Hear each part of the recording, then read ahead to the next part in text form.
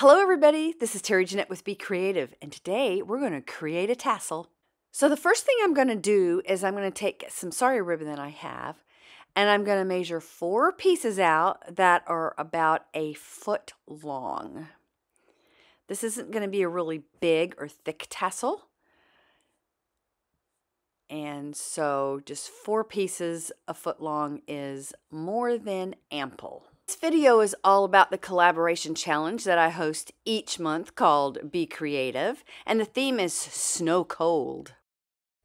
So once I have all those cut out, I'm going to just set this aside, and I have some glass e-beads. I'm using these variegated white and clear and frosted. They kind of remind me of maybe snow. And then I'm using some hemp.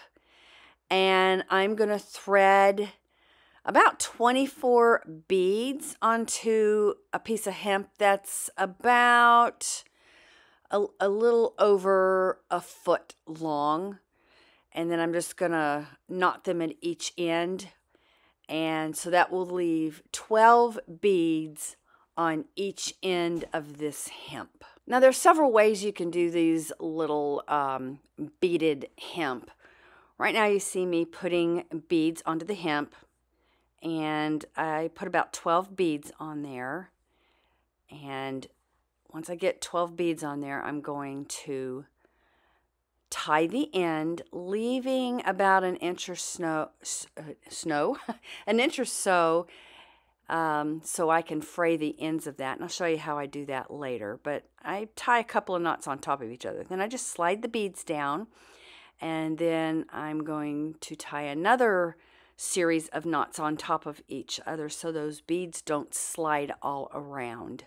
Now these tassels that I'm showing you how to make, you can use them to hang on your journal, or you could use them as an ornament. You can hang them on a rear view mirror. There's just endless things you can do with them. You could hang them on your purse. This one I'm going to use as an ornament. And I'll have some pictures at the end of this video so you can see how I'm using it.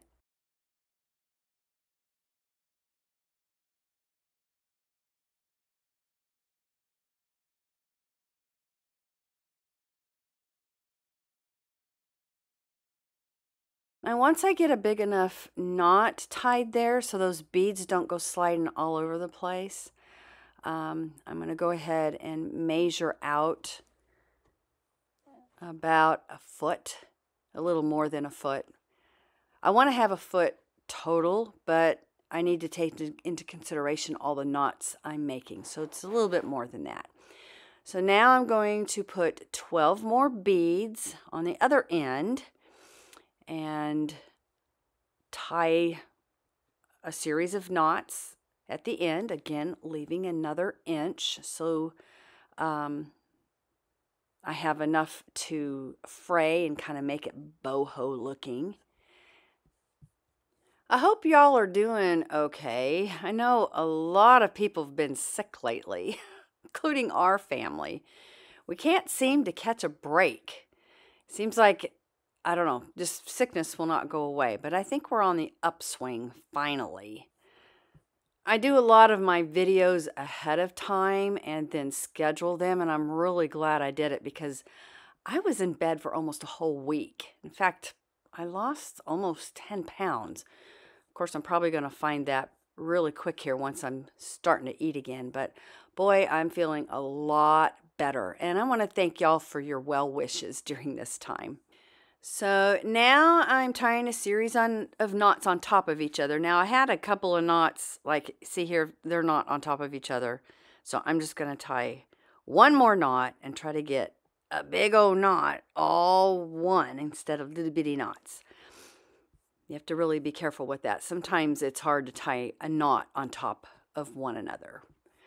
But you need to have a big knot so these beads don't fall off. All right. I think I have it. Maybe one more knot. I didn't like the way that looked. So we're going to do one more knot. There we go.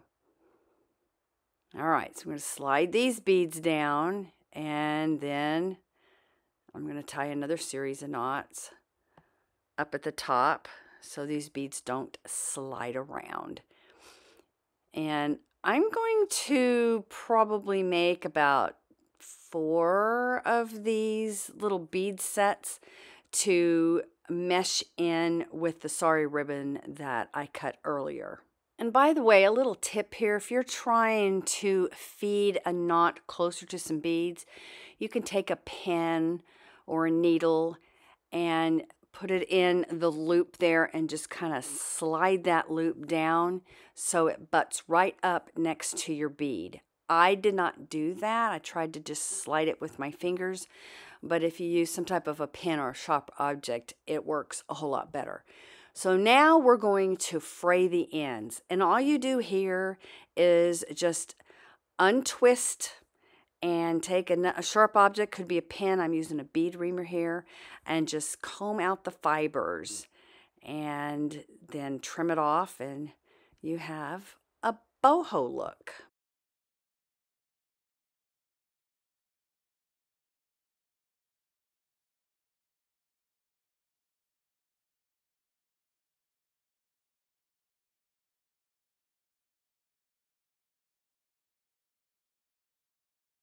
Now I'm just going back with all my beaded strings and just trimming that those frayed ends off so they're even.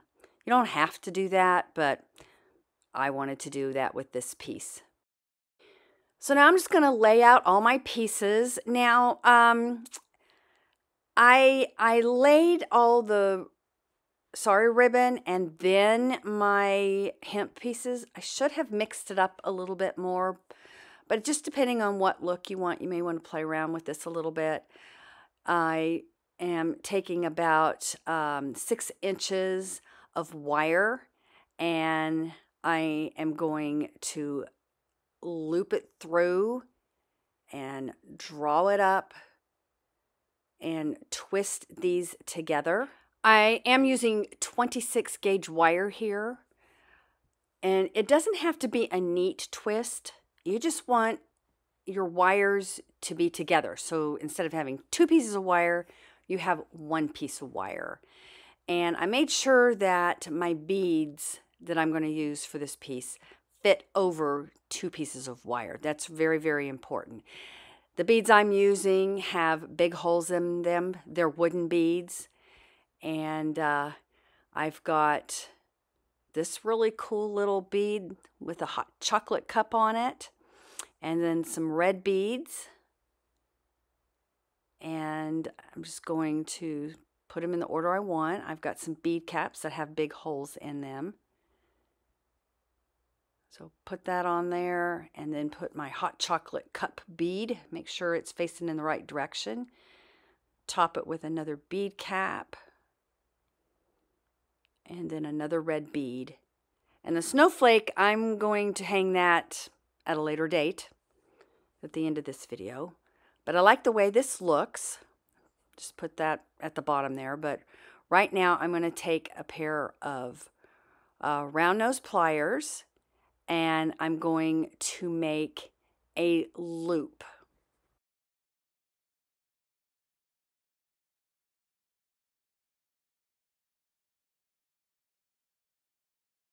Now when you make your loop, you want to make sure that the loop is not so small that it's going to pull through the big hole of that bead. That's really important.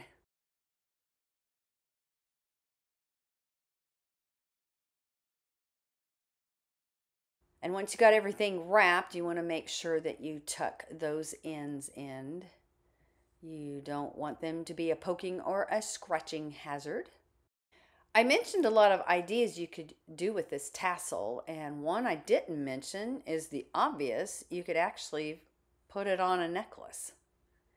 I have a friend of mine that has a really cool tassel necklace, and it's all beaded up with crystals, and then she has this really cool tassel that just hangs down the middle.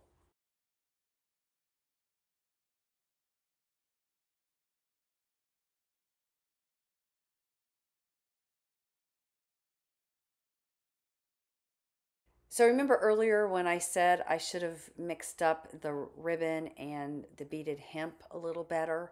Well, this is why. These are actually hanging down the middle, and I didn't really want them to hang down the middle. I wanted them hanging in the middle and on the outside, kind of every which way. I wanted a mixture, but that's okay.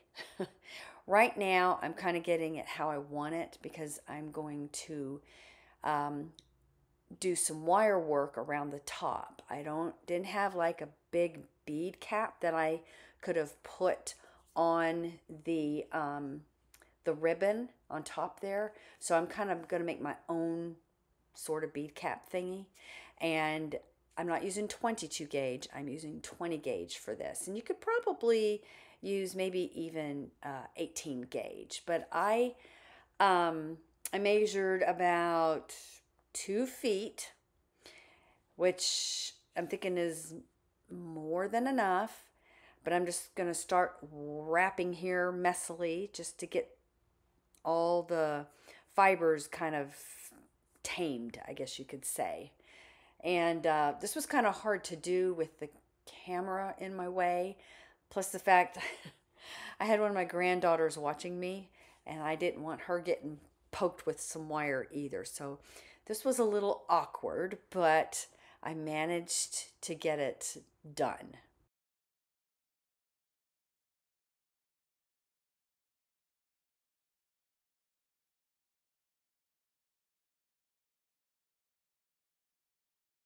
Here I'm tucking in the short end of the wire, and then the longer end I'm just going to wrap around it. So at the end I only have one end that I need to make sure is tucked in really well. And something else, if you wanted to, you could actually go and wire around the beads and then come back down. I didn't do that because I wanted you to be able to see the hot chocolate mug on this bead really well. And I was afraid that wiring around that bead might hide it a little bit.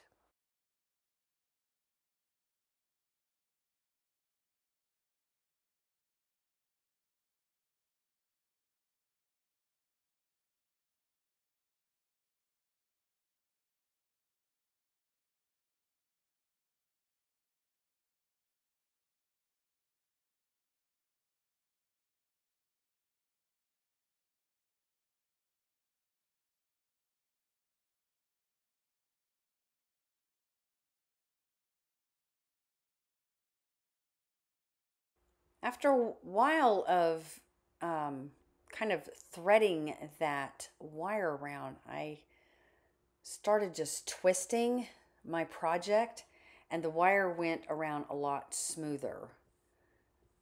So keep that in mind when you're doing stuff like this. It may be easier for you to just um, twist your project around and feed the wire where you want it.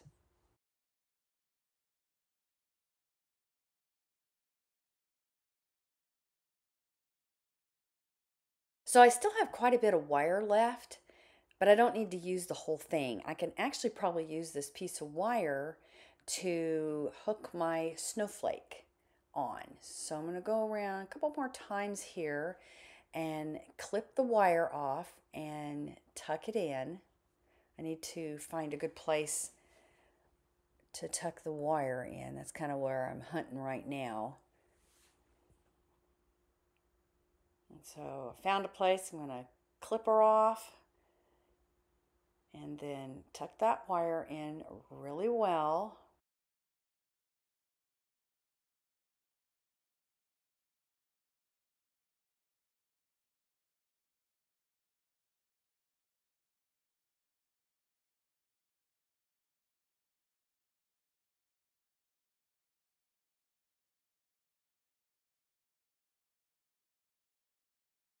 Yeah, see how everything's in the middle? I would have liked some of this to be on the outside too, but live and learn. Actually, if you were to wear this as a necklace, it would have a lot of good movement to it.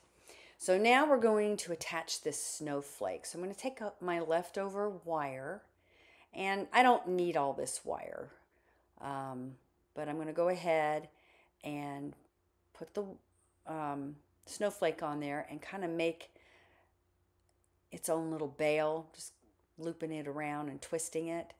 And then I'm just going to take that wire part and wrap it around the